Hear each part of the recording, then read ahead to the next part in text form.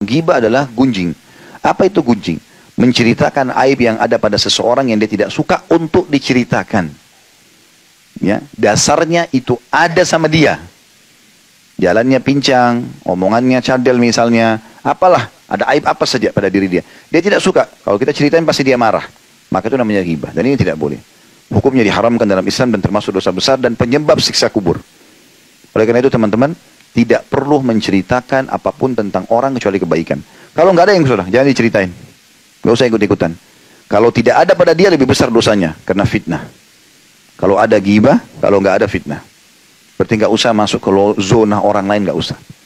Kalau kita terpaksa harus tahu keadaan orang, kalau itu benar kita dukung, kalau itu salah kita nasihati dan tutupi. Saya pernah buat itu tablik akbar, judulnya At-Tabayun wa Tasattur.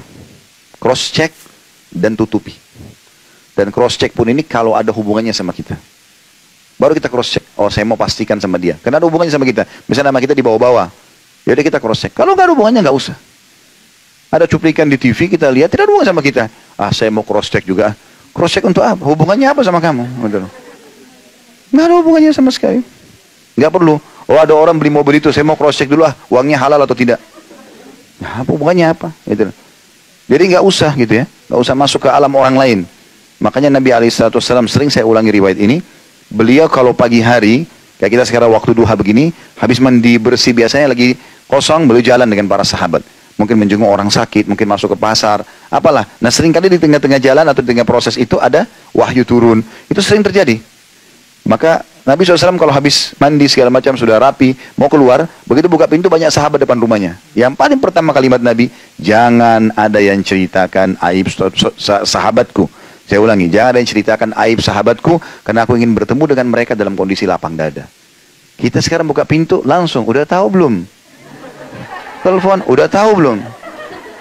Langsung yang pertama itu, buka gosipnya orang. Assalamualaikum, tidak, gitu kan. Cerita apa yang bermanfaat, tidak. Tanya kabar, enggak, langsung. Ya. Jadi luar biasa campur urusan orang. Ini bahaya, ghibah ya.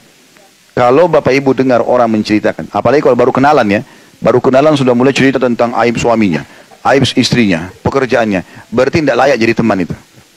Kalau dia sekarang ceritain suaminya sudah 10 tahun sama dia, maka kita yang baru berteman 2-3 hari nggak diceritain. Diceritain sama dia nanti. Memang sudah begitu. Kalau kita ketemu sama orang, dia berbicara hanya yang bermanfaat saja. Kalau dia bicara ilmu, nasihat, pendidikan anak kah, masalah bisnis kah, masalah apalah, sukses rumah tangga, banyak yang bisa dibicarakan yang bermanfaat. Kenapa harus masuk ke zona yang tidak perlu? Gitu kan? Nggak usah. Dan jangan bilang, ini sering terjadi Bapak Ibu sekalian. Saya sebenarnya tidak mau ghibah sih, tapi loh, terus cerita lagi. Ya sama saja. Dia hanya mau nambah sedikit pembukaan di masalah ghibahnya. Nggak bisa, jangan masuk di situ. Dan ini saya lihat dijadikan sebagai pola di medsos kita, gosip nomor 1. Gosip itu ghibah.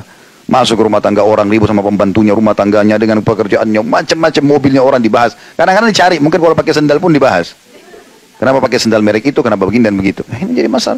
Saya pernah ketemu dengan salah satu tokoh masyarakat, dia bilang, sampai pada tingkat meludah saja dinilai. Mungkin orang jalan dilihat, depan pintu dilihat, di mata-matanya dari jarak jauh. Ini orang keluar mau kemana nih arahnya, diikutin untuk buat info saja, berita. Ini semua nggak benar, dalam Islam tidak boleh. Makin kita tidak tahu sesuatu, maka jangan dicampur tahu, nggak usah. Allah Subhanahu Wa Taala sudah mengamanahkan di pundak setiap orang antara kita 2 malaikat yang tidak pernah tidur, ngawasin terus. Nggak usah kita yang campuri urusan orang.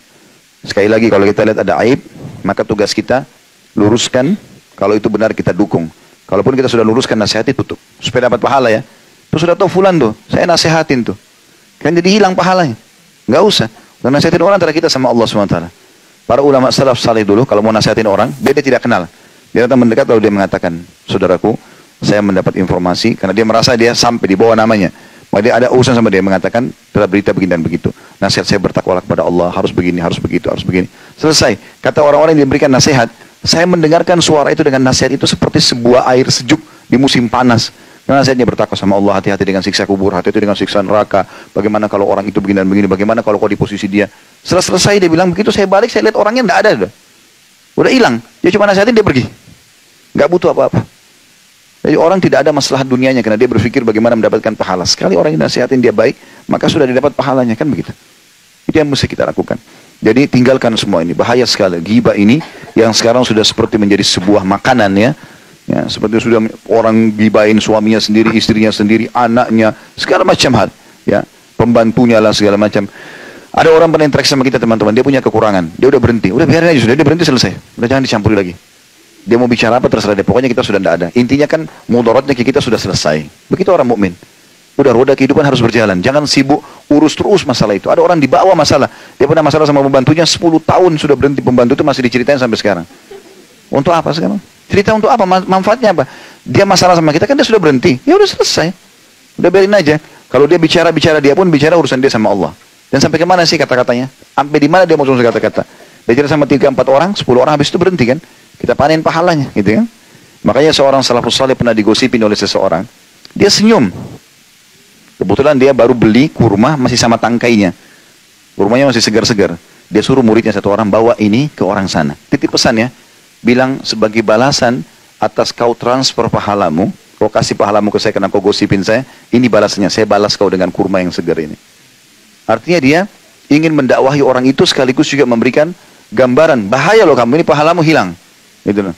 Dan ini saya balas kamu, kalau mau buruk saya tetap balas kau dengan kebaikan. Seperti itulah kurang lebih. Ya, jadi selalu yang terdengar oleh kuping kita, yang terlihat oleh mata kita, yang terucap dengan lisan kita, semuanya kebaikan. Bagi orang mukmin selalu emas saja. Nasihat, manfaat, ilmu, segala macam itu saja. Dari manfaat ke manfaat yang lain. Karena manfaatnya jangan didengarin udah. Nggak perlu. Dan ingat, semua yang didengar oleh kuping kita jangan langsung dinukil dengan mulut. Karena Nabi SAW mengatakan, cukuplah dosa yang sangat berat bagi orang yang semua yang dia dengar dinukil dengan mulutnya. Baru dengar langsung dilempar. Padahal sebenarnya belum tentu itu benar. Bagaimana kita tarik sekarang? Kita teman-teman, kalau sudah melemparkan kata-kata, itu susah sekali. Selama masih di lisan kita, maka masih milik kita. Kita bisa telan kembali, nggak usah diucapkan. Kontrol diri. Tapi kalau kita sudah ucapin, ini luar biasa. Pepatah bahasa Arab mengatakan, kalau kau titip sama orang emas, pastikan tidak akan bertambah. Tidak mungkin, bahkan bisa berkurang kalau kita titip emas. Tapi kalau kau titip kata-kata, pastikan akan bertambah. Ini kita cerita satu paragraf nih sama dia. Dia nanti cerita sama temannya itu 2 paragraf. Ini 10 orang 10 paragraf, jadi satu buku nanti. Padahal kasusnya cuma kecil. Tapi jadi besar gara-gara itu. Ya. Efeknya besar. Dan itu dimaksud dengan ghibah teman-teman sekalian. Dan Allah sebutkan dalam surah Al-Hujurat itu. Ya, selalu dibaca itu surah Al-Hujurat ayat 10 sampai ayat 12 tentang masalah larangan-larangan seperti ini.